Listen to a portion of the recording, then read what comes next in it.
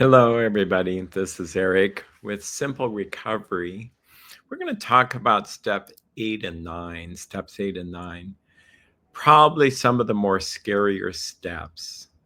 Um, if we've really surrendered our lives to God as we understand Him, and we are not in that control mode anymore, and if we've really surrendered defects of character about needing to be in control and letting go of unforgiveness and letting go of resentment. And we've had this step 6 and 7 experience, then we should be prepared to do step 8 and 9.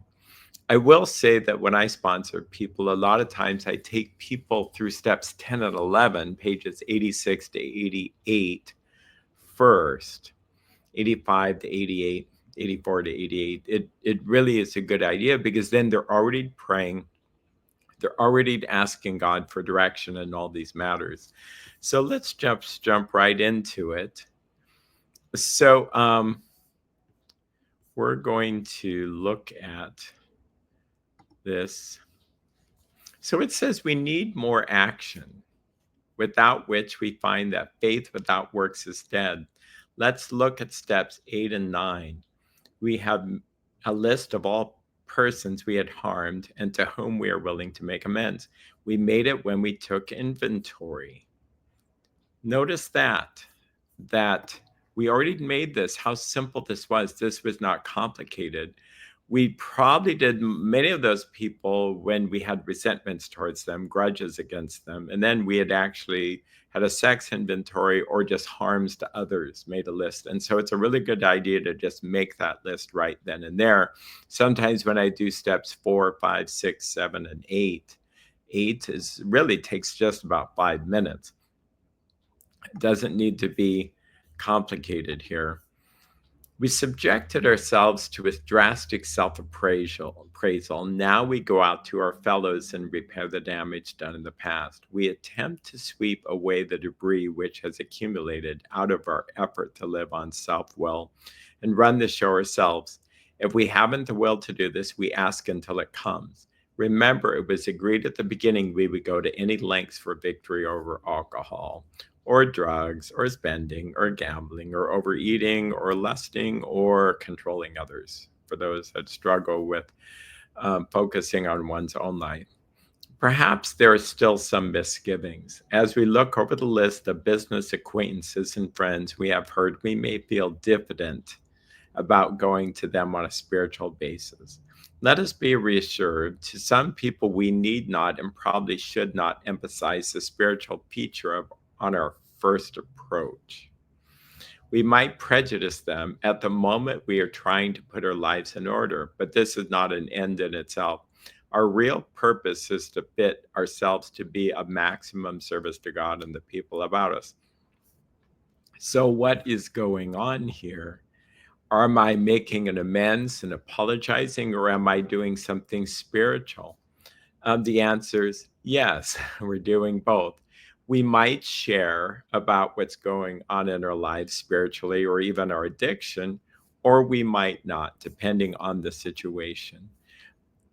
Good common sense is a good idea. We always pray and ask for guidance from other members in the program, whatever one we are in. If we're doing things ourselves, there is a chance that we might actually harm people in the process. So I'll bless myself. God bless me. Um, we might harm people in the process. So while we don't want to delay and procrastinate, we don't want to rush into this and do this without thinking. Okay.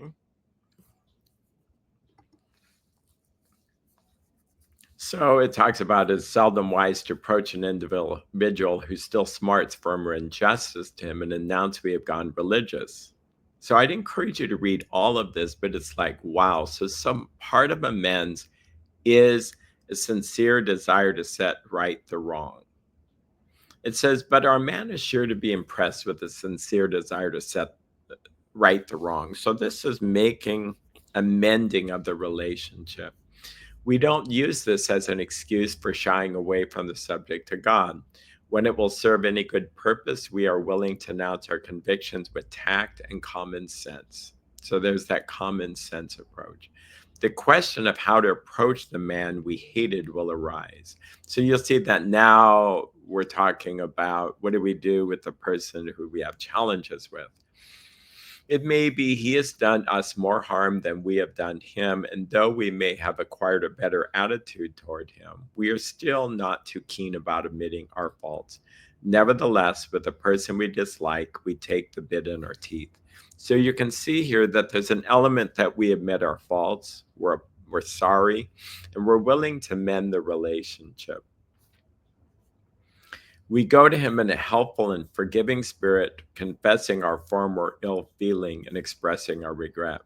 So sometimes our amends is about saying I've had a really bad attitude towards you.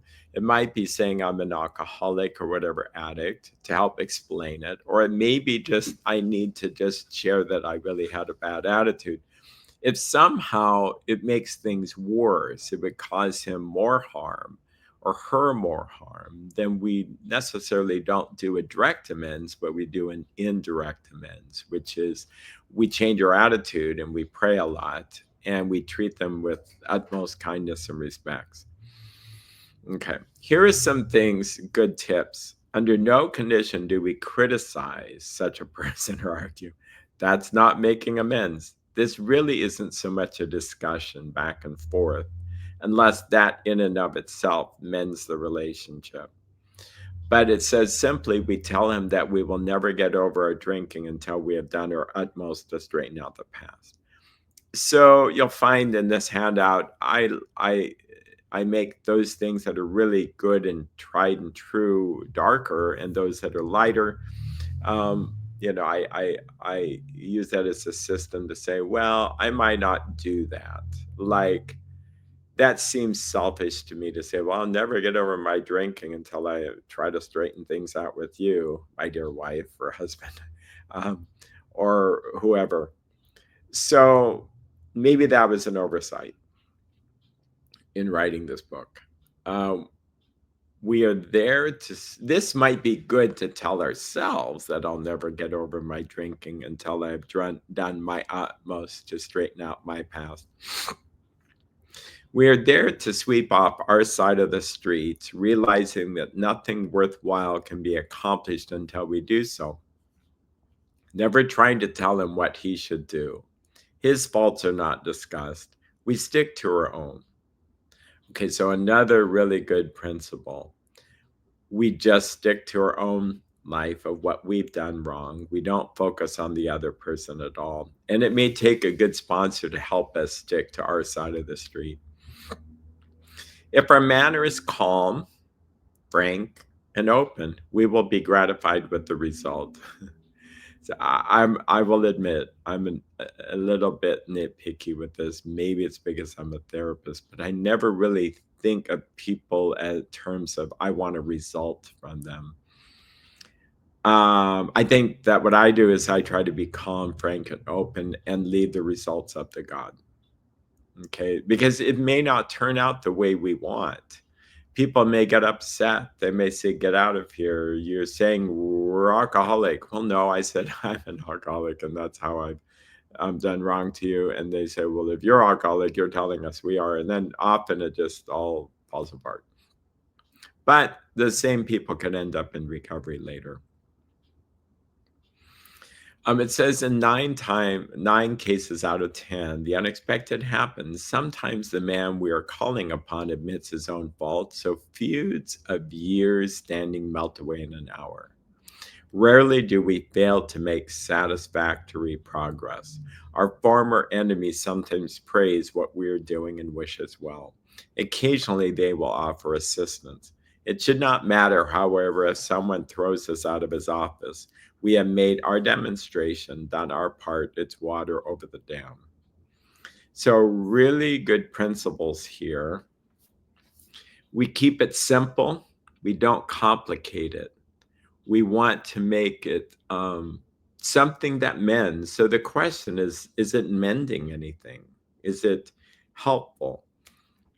If it's complicated, probably not helpful. If it's not well prepared, probably not helpful. You can practice this with your sponsor. It's a really good idea to practice there. Um, most alcoholics or addicts owe money. So I like how the book tells us that there's certain categories. We don't dodge our creditors, telling them what we are trying to do. We make no bones about our drinking or addictions. They usually know it anyway, when we think so, whether we think so or not. Nor are we afraid of disclosing our alcoholism on the theory it might cause financial harm. Approached in this way, the most ruthless creditor will sometimes surprise us. Arranging the best deal we can, we let these people know we are sorry. Our drinking has made us slow to pay. We must lose our fear of creditors no matter how far we have to go, for we are liable to drink or lust or spend or gamble or overeat or control others if we are afraid to face them. Yeah, this takes lots of prayer, asking God to remove defects of character of avoidance. For those that struggle with money a lot, one could look into Debtors Anonymous, which I think is a great program of recovery for people that struggle with this. People who have committed a criminal offense might people, no, perhaps we have committed a criminal offense which might land us in jail if it were known to the authorities. We may be short in our accounts and unable to make good. We have already admitted this in confidence to another person, but we are sure we would be imprisoned or lose our job if it were known. Maybe it's only a petty offense, such as padding the expense account. Most of us have done that sort of thing.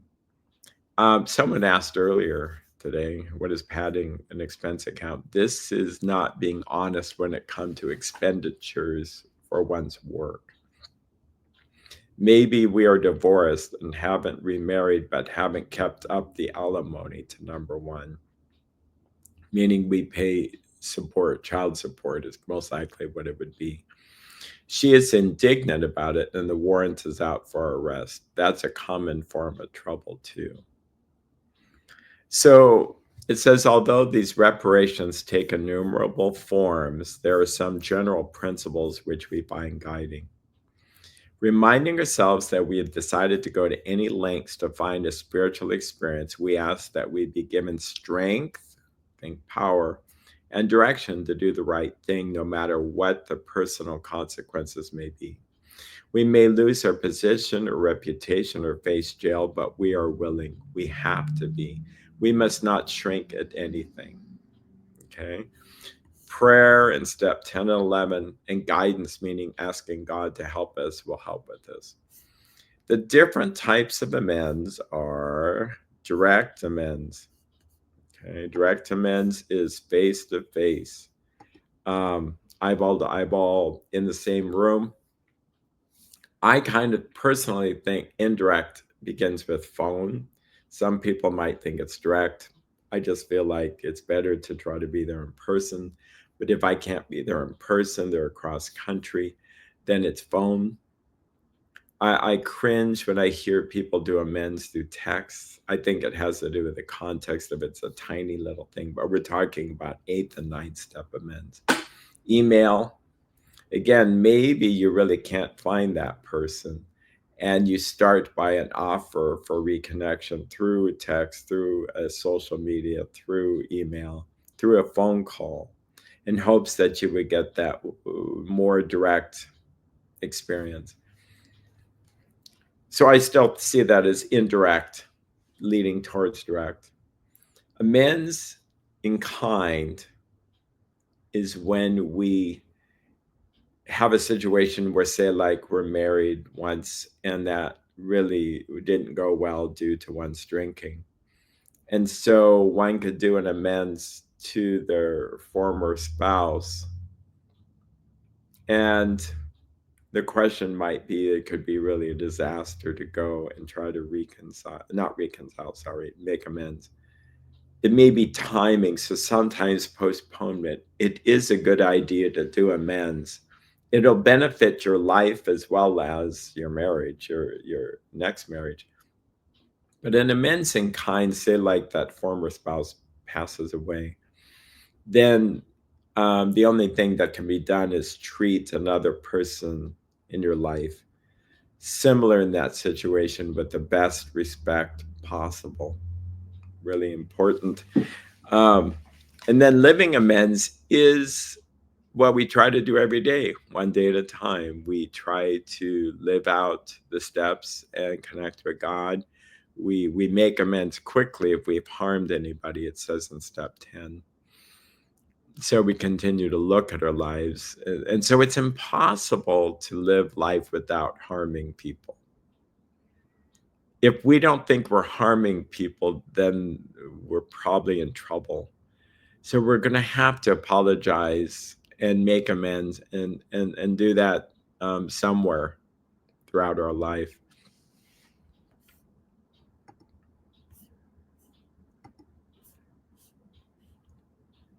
Now,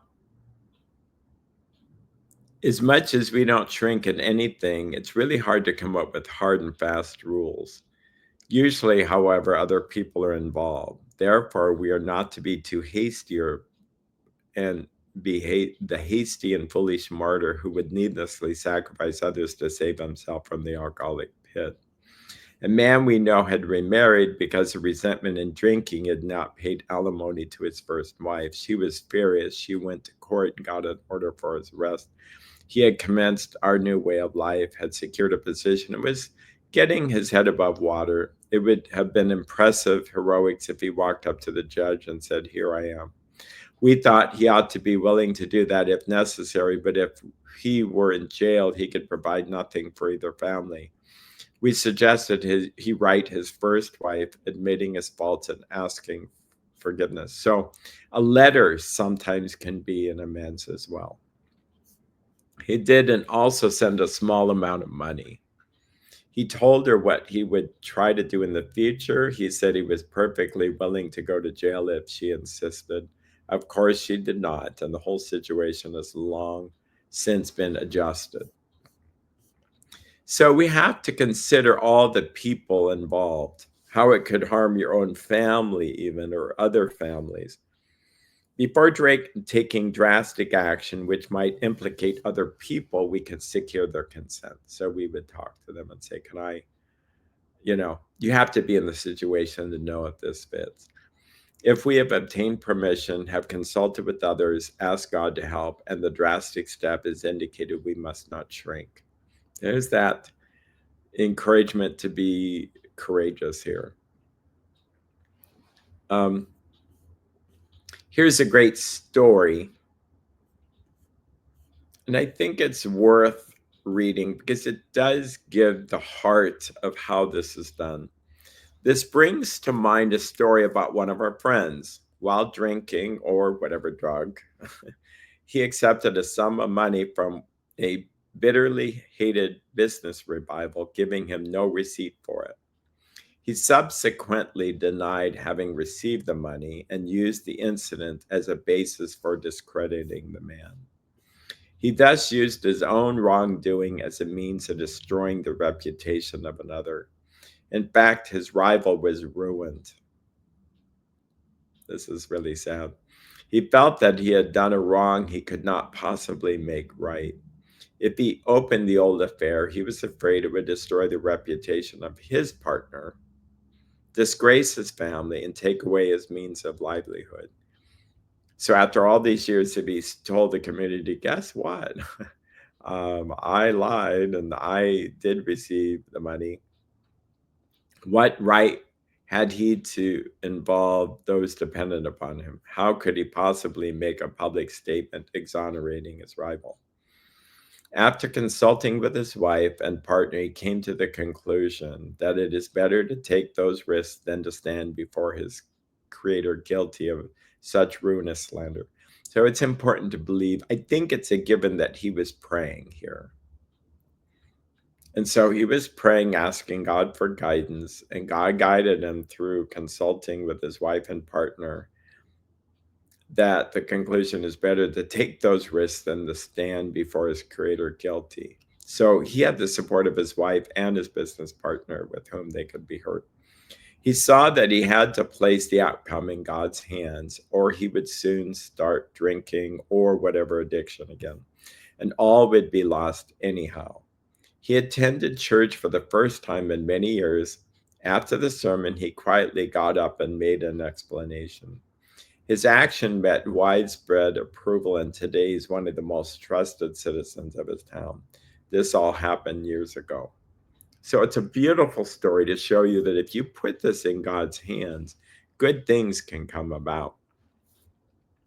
Here's the delicate situation with infidelity, and you can read it on your own. I think that it's more delicate, and there are just phrases I would not necessarily agree with about let bygones be bygones and letting go. I think it's more delicate, and it might be not a bad idea to get a therapist who understands 12 steps.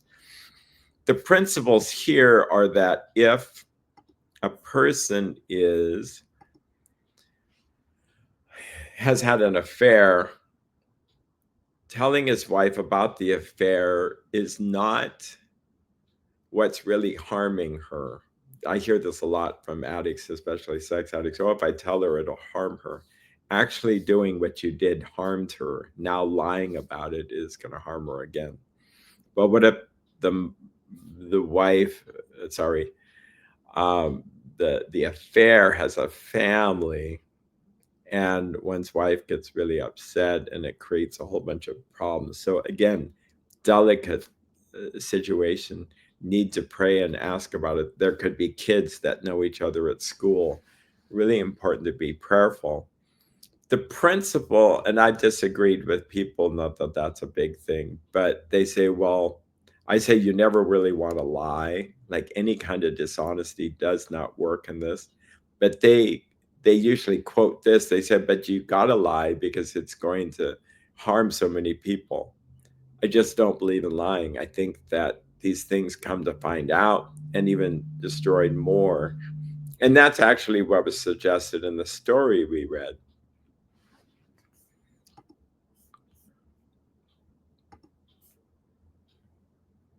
And here, this is where I disagree. How could she be anything else? The husband begins to feel lonely, sorry for himself.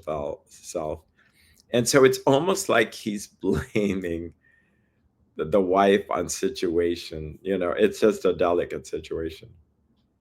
Whatever the situation, we usually have to do something about it. This is for sure. If we are sure our wife does not know, should we tell her? Not always, we think. So if she knows in a general way that we have been wild, should we tell her in detail? I do think that some people are more harmed out of a codependent need to know every detail as though that's going to help them. I can empathize with that, but then it can harm us without knowing it. Undoubtedly, we should admit our fault.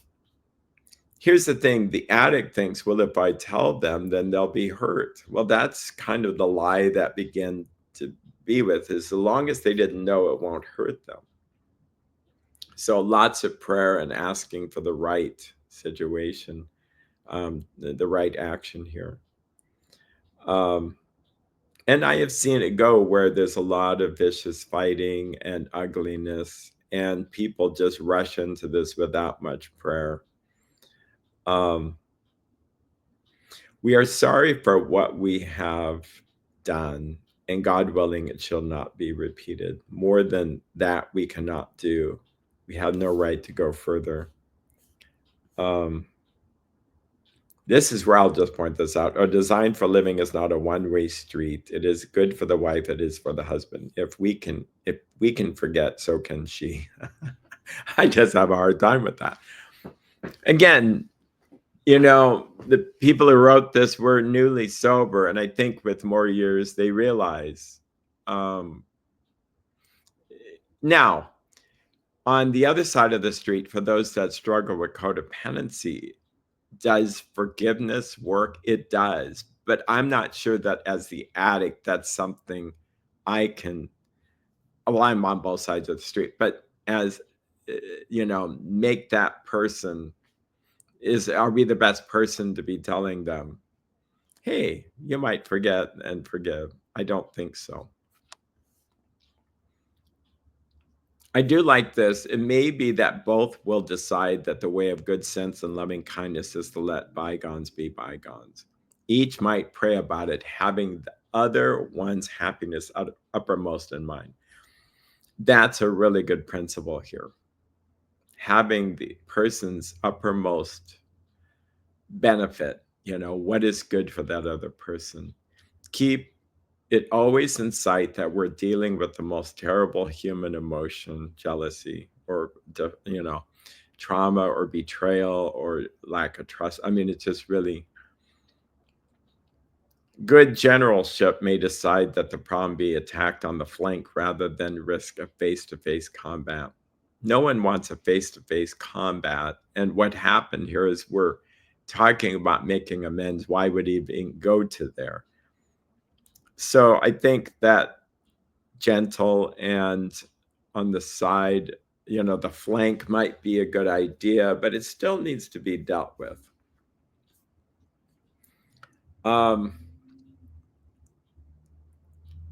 Sometimes we hear an alcoholic say that the only things he needs to do is to keep sober. It's just not true. It says the alcoholic is like a tornado roaring his way through the lives of others. Hearts are broken, sweet relationships are dead, affections have been uprooted, selfish and inconsiderate habits have kept a home in turmoil. We feel a man is unthinking when he says that sobriety is enough. He's like the farmer who came up out of his cyclone cellar to find his home ruined. To his wife, he remarked, "Don't see anything matter here, Ma. Ain't it grand the wind stopped blowing?" It's a fun quote to say because it is kind of like, well, now it's all over. And it's like, yeah, you have no clue. There's like a reconstruction that needs to happen. It says here, yes, there was a long period of reconstruction ahead. So that living amends continuous is a really good idea. A remorseful mumbling that we are sorry won't fill the bill at all. And I have seen a number of people not recover because they just won't do this. Um, we ought to sit down with the family and frankly analyze the past as we see it, being very careful not to criticize them. So I'm not sure I would use this wording. I would say that I think it's good for the addict to work on this with the sponsor to guess at what feelings and what destruction he had done or she had done. And to make it pretty thorough, my opinion is that, and that sounds pretty strong, but my experience probably tells me that it's better to um, overarch and overreach all the damage more than what they may consider. If you only say, "Oh yeah, I did this stuff and it's just awful," and they look at it from this, it's harming them. It's just not going to go well. So we clean house with the family. We sit down and ask them, is there things that you remember that I don't have connected with, and what can I do to help mend that? An ongoing discussion is not a bad thing as long as it's not an argument or minimizing or denying or moving to their side of the street that says, well, you had a part in this too. This is not how this is done. You can do that. And therapists out there, if you don't really understand 12 steps and to try to be part of this, then you could be doing more damage than good. And I mean that sincerely because the problem with therapy is that it presupposes self, that self can just do this and we have all the answers in ourself. Where 12 steps suggest, no, I can't do anything without God's grace. I need to ask him for everything. I need wisdom from beyond me, not just me. And it says the spiritual life is a theory. We have to live it. So we clean house with the family, asking each morning in meditation that our Creator show us the way of patience, tolerance, kindliness, and love. That one sentence can help make amends with anything. Unless one's family expresses a desire to live upon spiritual principles, we think we ought not urge them. We should not talk incessantly to them about spiritual matters. They will change in time. Our behavior will convince them more than our words. We must remember that 10 or 20 years of drunkenness would make a skeptic out of anyone. There may be wrongs we can never fully right. We don't worry about them if we can honestly say to ourselves that we would right them if we could. Some people cannot be seen, so we send them an honest letter. So this is situations where people have passed away. They write out a letter to their parents or their brother or whoever is they've lost to them dying. We write an honest letter, and sometimes it's read with the with the support of a sponsor in the background, maybe at a graveyard. There may be a valid reason for postponement in some cases, but we don't delay if it can be avoided. We should be sensible, tactful, considerate, humble without being servile or scraping. As God's people, we stand on our feet. We don't crawl before anyone. Really good writing. Now, notice we go right into the promises. If you're already the 12 stepper out there and hear this at every meeting, this was written in the context of ninth step before you're. So it says, if we are painstaking about this phase of our development, we'll be amazed before we are halfway through. That's halfway through what? Making our amends. And people that do this, they go, wow, this is really kind of amazing. We are going to know a new freedom and a new happiness. We will not regret the past nor wish to shut the door on it. We will comprehend the word serenity and we will know peace. No matter how far down the scale we have gone, we will see how our experience can benefit others. That feeling of uselessness and self pity will disappear. We will gain interest in selfish things. No, sorry. We will lose interest in selfish things and gain interest in our fellows. Self-seeking will slip away. Our whole attitude and outlook upon life will change. Fear of people and of economic insecurity will leave us. We will intuitively know how to handle situations that used to baffle us.